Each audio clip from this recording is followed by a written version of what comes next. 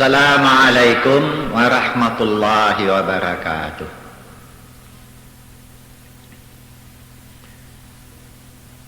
Menjelaskan apa yang sudah saya sampaikan tadi mengenai hadis dari Siti Aisyah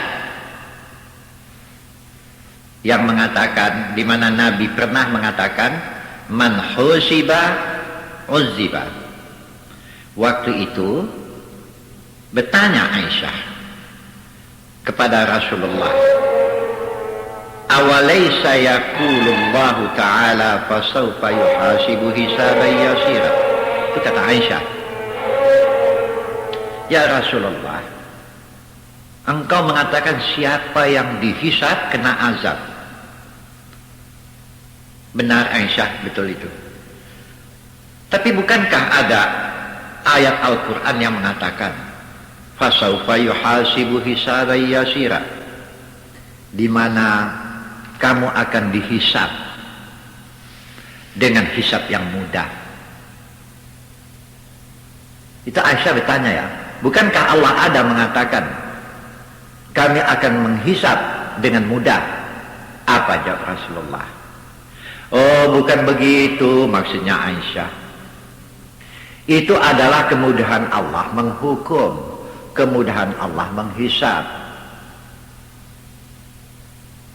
Begitulah banyak sejak mulai dari Nabi Adam sampai nanti ke akhir manusia. Itu berapa? Tak hitung-hitung banyaknya. Buat Allah mudah, ya. Menghakimi mereka buat Allah mudah. Itu yang dimaksud. Tetapi barang siapa yang sangat diperiksa mengenai buku catatan hidupnya, celaka dia. Itu yang dimaksud. Jadi kalau begitu kata Aisyah, ada yang dimudahkan hisabnya? Ada. Yang dimudahkan memang ada, bukan tidak ada. Siapa di antara orang yang dimudahkan hisabnya ya Rasulullah? Dijawab oleh Nabi, 5 syaratnya. Kalau dipenuhinya 5 syarat itu, sampai dia di hadapan Allah, dimudahkan Allah hisabnya. Yang dihisab dengan betul, yang diperiksa dengan betul, dengan teliti, itu yang dimaksud dengan kata saya tadi, yuhlak, binasalah dia, hancurlah dia. Ya Rasulullah, tolong katakan kepada saya, siapa itu? Waktu itu dijawab oleh Rasulullah 5. Yang pertama, wal kaziminal ghaidha. Kedua, wal afina 'anil nas. Ketiga, ruhama'u fil yatama wal masakin. 4, ma yunfiqu biyaminih la ya'rifu bishimalihi. Kelima, al-mustaghfirina bil ashar. Kalau ini ada pada diri seseorang, mudahlah dia waktu menghadapi hisab. Ya kira-kira sampai saja di hadapan Allah, ditengok Allah, oh ininya hambaku. Sudah, melapor sajanya ya. Tuh surgaku, silakan masuk. Oh ini rombongan kita maunya ya. Ini maunya kita. Mana yang sudah-sudah dia minta ampunlah kita pula dari sisa umur kita yang tinggal. Saya yang dijemput di bumi mahsyar itu pakai trip juga itu. Ada tripnya, trip pertama, trip kedua, trip ketiga, trip keempat, 5. Ada 10 trip sama sekali itu. Ya. Apa yang 10 itu nanti akan saya jelaskan satu persatu. Apa yang 10 itu? Kalau ke-10-nya ada pada kita, wah sudahlah, udah aman lah. Trip pertama diberangkatkan ke surga itu, ya. Itu trip pertama. Oh yang dalam 10 itu 1 yang tak ada, 9 ada, itu trip kedua. Begitu berhenti trip ketiga. Kalau 1 pun di antara yang 10 itu tidak ada, mampuslah berketayangan di bumi mahsyar sana. Tahankanlah. Nah hati-hati ya. Tadi ada 5 soal yang saya sebutkan tadi. Apa yang 5 itu? Yang betul-betul dihisab dengan teliti, tapi yang 5 ini beres. 1. Wal kaziminal ghaidha, mampu menahan marah ketika sudah pantas marah. Bukan berarti yang salah kita diamkan. Oh, waktu saya sampaikan pengajian ini di banyak pengajian, banyak yang mengatakan, aduh Ustadz payah itu. Memang iyalah pula, kalau mau menjadi kekasih Allah itu memang mesti beginilah pula ya.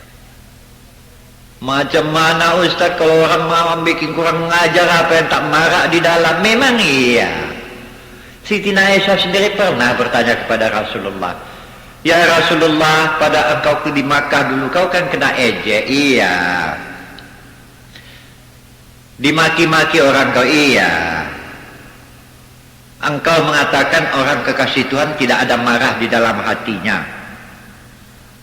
Engkau tak merasa sakit di dalam hati, dikatai orang. Nabi senyum. Jawabnya pendek. Innama ana basyarum mislukum.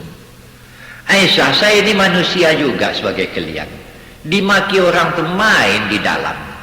Tapi yang saya maksud dengan ini, mampu menahan marah. Marah itu di dalam ada, tapi tidak meledak keluar. Itu yang dimaksud. Kalau tak merasa sama sekali, batu tuh. Kalau batu iyalah, apa pun tidak. Dipecah di gunung sana, sabar. Diangkat dengan motor gerobak, sabar. Diserakkan di jalan besar sana, penimbun, sabar. Digiling dengan stone wall tuh, sabar. Lewat apa itu, sapi, lewat anjing, taberak, sabar. Bukan sabar, bodoh. Ini lain lagi nih. Itu bukan sabar. Batu tuh. Saya manusia. Merasa kalau dikatai orang, bukan tidak. Tapi itu yang dapat ditahan.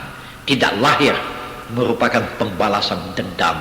Ini banyak yang mengeluh waktu saya katakan ini. Aduh Ustadz, payah, memang payah. Dengan orang lain, kalau belum bisa mempraktekkan dengan orang lain, sekurang-kurangnya coba praktekkan ini dalam rumah tangga. Kalau ingin selamat di bumi mahsyar, terutama sekali laki bini ya. Ini kadang-kadang kalau di rumah tangga perkara membentak-bentak nilai yang tak tahan ini. Ya.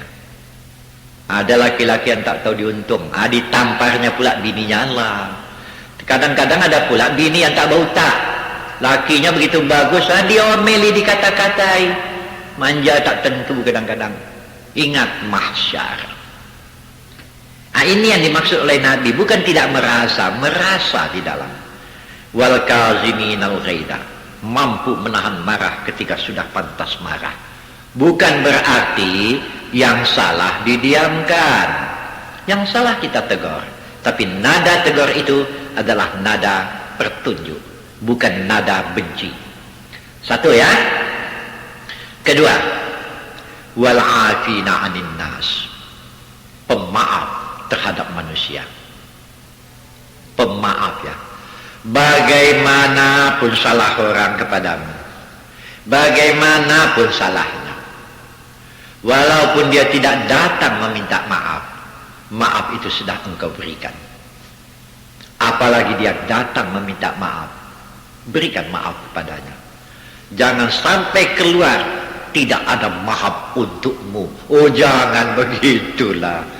Perkara main tak ada maaf itu payah itu ya. Kalau sampai keluar macam ini, tidak ada maaf untukmu.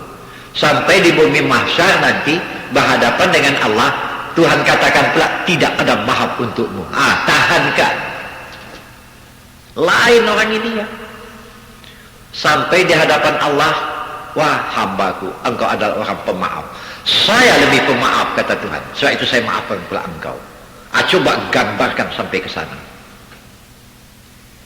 Ada juga yang mengatakan kepada saya, Ustadz kalau kita begitu di tokoh-tokoh orang lah. Di tokoh orang kita tidak mau. Pandai-pandailah menerima apa yang saya sampaikan ini. Kadang-kadang payah juga bercakap kadang-kadang ya. Kita di tokoh orang tidak mau. Siapa yang mau di tokoh orang?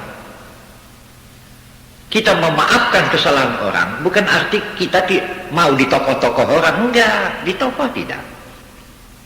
Nah, dua ya. Pertama, mampu menahan marah ketika sudah pantas marah. Ya, bukan berarti yang salah kita diamkan. Kedua, wal afina 'anil nas. Pemaaf terhadap manusia. Walaupun orang itu sudah bersalah, tidak minta maaf, namun kita sudah memaafkannya. Dua ya.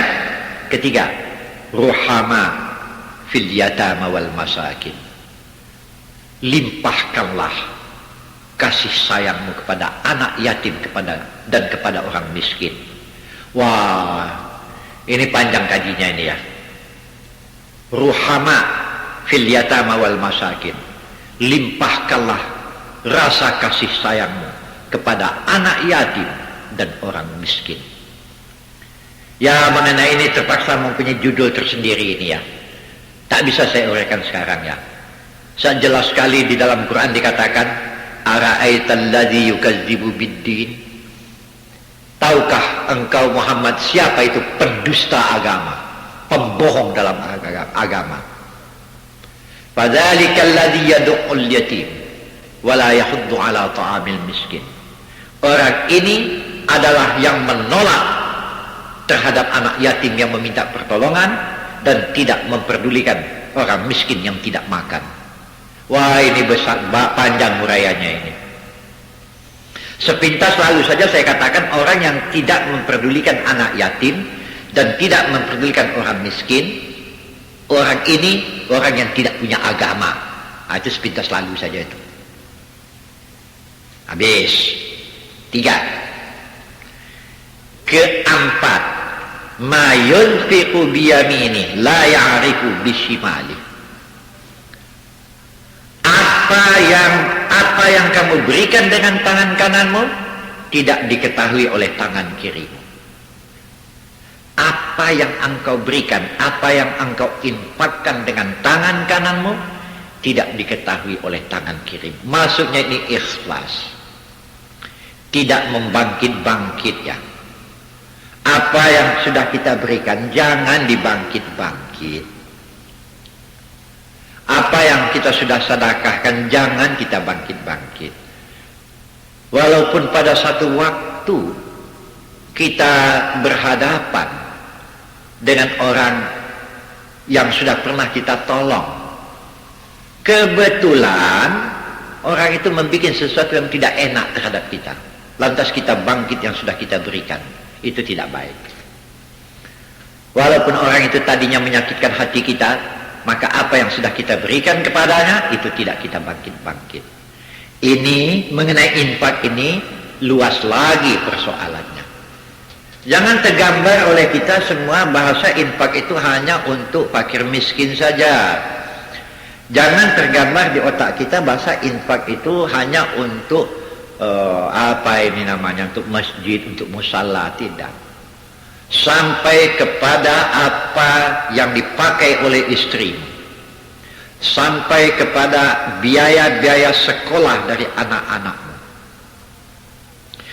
hatta mayal kamu lukmatan bifami imra'atik wa auladik sadaqatun minas sadaqat, sampai kepada tiap-tiap suap yang disuap oleh anak-anakmu, sampai kepada apa yang disuap oleh istrimu, hasil pencarianmu, sama sekali itu masuk infak dan masuk sedekah.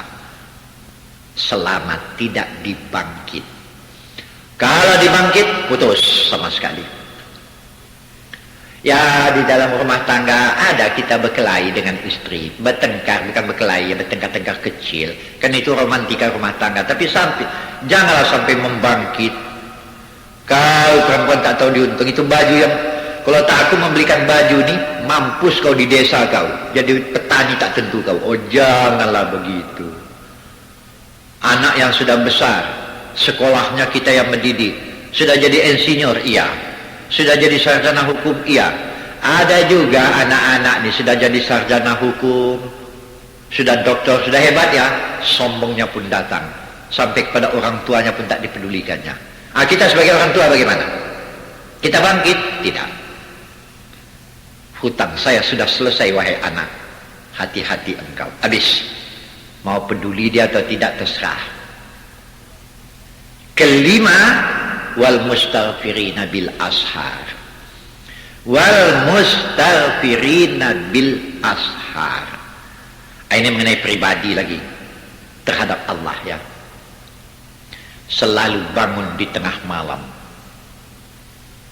Itu yang disebut di dalam Quran, wa minal laili fatahajjat bih nafilatan laka asa ayyab'atsaka rabbuka maqaman mahmuda.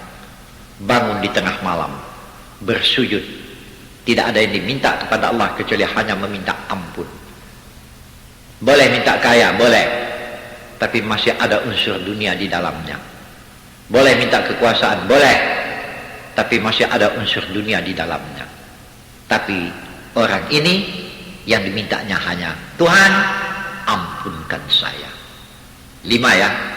Wah, di bumi mahsyar orang ini beres lah ya. Beres di bumi mahsyar. Aman orang ini. Ya, selain 4 yang saya sebutkan tadi, yang penghabisan ini mengenai pribadi ini ya. Selalu bangun di tengah malam. Kalau bisa tiap malam, oh paten kali lah. Tak usah sekali seminggu. Jadi, tak bisa ustaz sekali sebulan. Tak bisa ustaz sekali setahun. Tak bisa ustaz, sudah. Keluar lagi kalimat. Keluar lagi yang kasar nanti nih. Takut pula saya mengatakan kesudahannya. Ya. Tak, saya tak mau bilang lagi orang bilang saya kasar tak tentu pula nanti. Tahankan sajalah nanti di bumi mahsyar. Tidak dijemput. Itu mahsyar. Yang luasnya seluas angkasa. Memutih. Lain orang yang dijemput. Bangkit, dijemput, dibawa ke bawah naungan.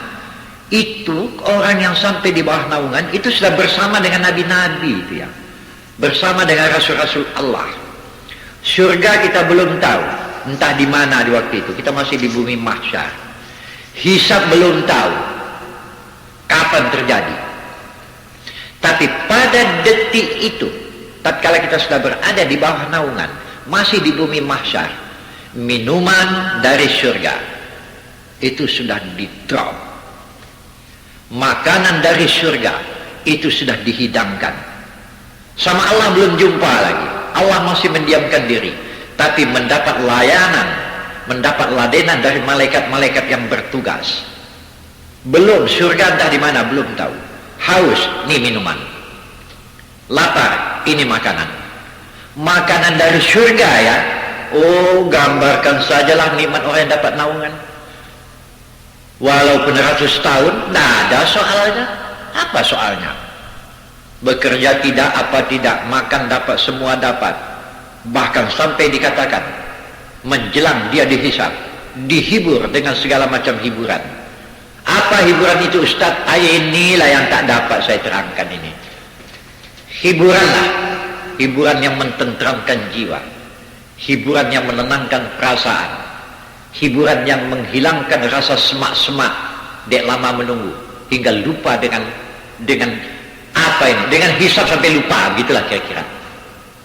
Kalau dapat naungan, kalau tidak kacau. Inilah juga yang akan saya terangkan nanti. Siapa orang yang dijemput Ustaz yang mendapat naungan? Saya mengatakan ada 10. Ya, 10. Apa yang 10 itu Ustaz? Saya jawab saja, ini ada judul tersendiri nanti. Tidak hari ini. Ya. Ustaz tukang gantung-gantung. Enggak, waktunya ini bukan menggantung, masa digantung pula. Ya, waktu. Nanti akan saya uraikan itu yang 10 itu apa. Dijemput, dibawa. Itu bumi mahsyar. Siapa yang paling menderita di bumi mahsyar ya Rasulullah? Dari kaum muslimin. Dari kafir ini tak kita bicarakan. Ya. Cuman siapakah orang yang paling menderita tatkala berada di bumi mahsyar, padahal dia orang muslim. Jawabnya pendek saja, orang yang tidak memperdulikan salat, habis perkara. Kan lebih mudah ya. Itu di antara orang muslim yang sangat menderita di bumi mahsyar ialah orang yang tidak salat. Nah, ini kan masuk ayat fawailul lil musallin. Saya tidak ingat ya, apa pernah saya terangkan kepada kita semua perkara fawailul lil musallin. Ya, barangkali belum ya. Fawailul lil musallin barangkali belum. Baiklah, saya janjikan lagi tentang fawailul lil musallin akan saya uraikan ini. Siapa orangnya ini? Orang yang tidak salat, sedangkan orang yang lalai di dalam salatnya pun celaka yang akan dijumpainya. Nah, ini duduk-duduk persoalan bumi mahsyar yang akan kita hadapi. Ya, pasti dihadapi. Seperti apa yang difirmankan Allah di surat Yasin yang sudah pernah saya sampaikan. Yang bunyinya mengatakan wa nufikha fis suri fa idza hum minal ajdasi ila rabbihim yansilun. Qalu ya wailana man ba'asana min marqadina. Hadza ma wa'ada ar-rahman wa sadaqal mursalun. Akan terjadi tiup sangkakala. Tiup sangkakala ini adalah tiup sangkakala yang merupakan manusia-manusia berbangkit. Itu di bumi mahsyar. Yang mana di waktu itu mereka mengatakan celaka kita. Kita sudah dibangkitkan daripada tempat tidur kita. Tuhan mengatakan inilah hari yang saya janjikan. Yang saya mau bicarakan sekarang mengenai ya wailana ini. Ya. Oh, celaka kita. Betul ya. Kalau saya katakan orang yang kafir mengatakan oh celaka kita itu okelah, wajar. Tapi orang yang beriman sendiri, orang yang sudah beramal saleh sendiri juga masih mengatakan oh celaka kita. Maksud celaka di sini rugi kita. Apa sebetulnya yang dituju oleh orang beriman mengatakannya begini? Tembayang oleh dia masa hidupnya dahulu. Banyak waktu-waktu yang lowong yang bisa dipergunakannya untuk ibadat, tapi terbuang saja. Memang tidak terjadi yang durhaka, tidak. Seperti umpamanya duduk bersantai-santai, tidak bikin durhaka, tidak. Tapi di sana terasalah, aduh, daripada duduk-duduk tak tentu kalau baca Quran aku kan hebat nilainya. Itu yang terasa di waktu itu. Jadi orang-orang yang beriman, orang yang taat juga merasa menyesal. Tapi menyesal karena kurang banyak untung. Ini kan lain ya. Dengan orang yang menyesal tak dapat untung saja masih lumayan, tapi nampaknya lah azab yang akan diterimanya. Aduh, betul-betul kacau di waktu itu. Ini bumi mahsyar yang akan dihadapi. Di surat yang lain dikatakan lagi, ya. Wa yauma yahsyuruhum ka'allam yalbasu illa sa'atan minan nahar yata'arafuna bainahum. Pada hari mereka bangkit di bumi mahsyar, mereka di waktu itu merasa bahasa waktu hidup di dunia dahulu hanya sesaat di siang hari. Itu penyesalan maka timbul ya. Sebentar kalinya rupanya hidup di dunia ini ya. Di situ baru merasa. Padahal waktu yang sebentar di dunia yang dikatakannya itu, kalau diisinya sajalah dengan ibadat, tidak usah banyak ibadat, tapi jangan ada dosa di dalamnya, sudah selamat ya sebetulnya. Itulah yang membuat kesal yang tidak ada akhirnya lagi. Kalau di dunia menyesal masih bisa diperbaiki, tapi kalau sudah sampai di sana timbul penyesalan, aduh, penyesalan yang tidak kunjung berakhirnya lagi. Dengarkanlah selalu nasihat-nasihat, dengarkanlah pahami, jiwai, kemudian buktikanlah agar keselamatan masa di bumi mahsyar di seberang kematian sana dapat dijalani dengan aman, selamat. Kalau ini tidaklah dijiwai, tidak ada celaka yang paling besar tatkala sampai di sana tidak ada satu tangan yang mampu menolong.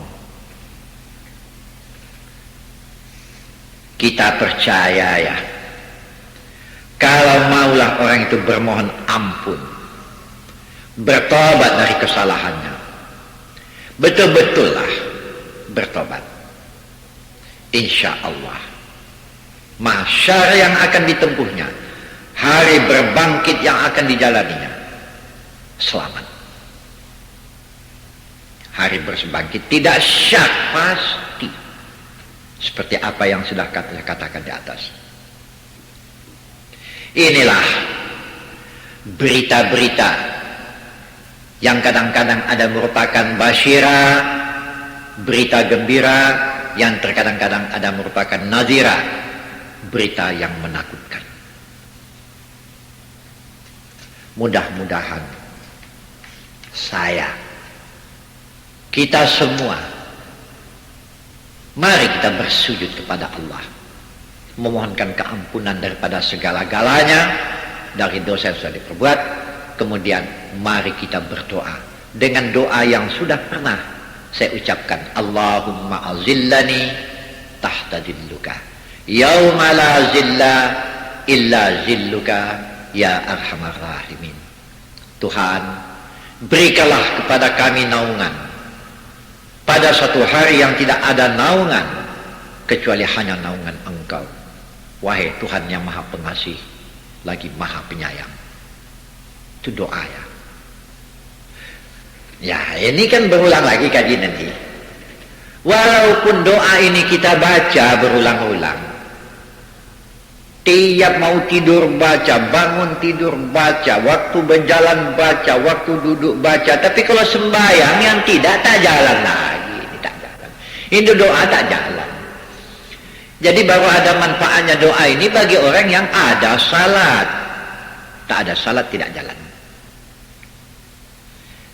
Ya, mudah-mudahan dapat disadari ini semua.